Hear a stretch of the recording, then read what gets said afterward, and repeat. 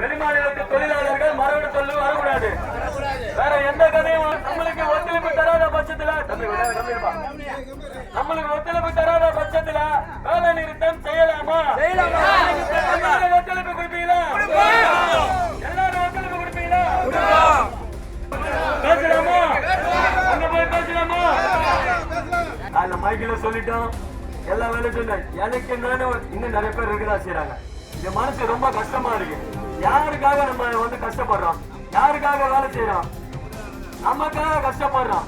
நமக்கு ஒண்ணுன்னா எல்லாரும் வரணும், அந்த உணர்வு இருக்கணும்.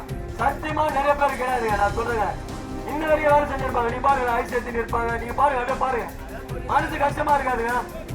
நல்லா புரிஞ்சுங்க. இதுக்கு ஒத்துழைப்பு ஜோரா மட்டும் அது சொல்லுங்க, ஒத்துக்கிறேன்னு. இந்த நம்மளோட தீர்மானத்தை, இந்த ஒரே ஒரு தீர்மானத்தை ஏத்துக்காம வேற ஒரு கோரிக்கை வச்சாங்கன்னா, இந்த வெளிமாநில தொழிலாளர்களை வேலைக்கு விற்க கூடாது, மரபணு தொழிலுக்கு விற்க கூடாது. ஒண்ணு, அப்படி ஒத்துக்காத பட்சம் கால வரையற்ற வேலை நிறுத்தம்.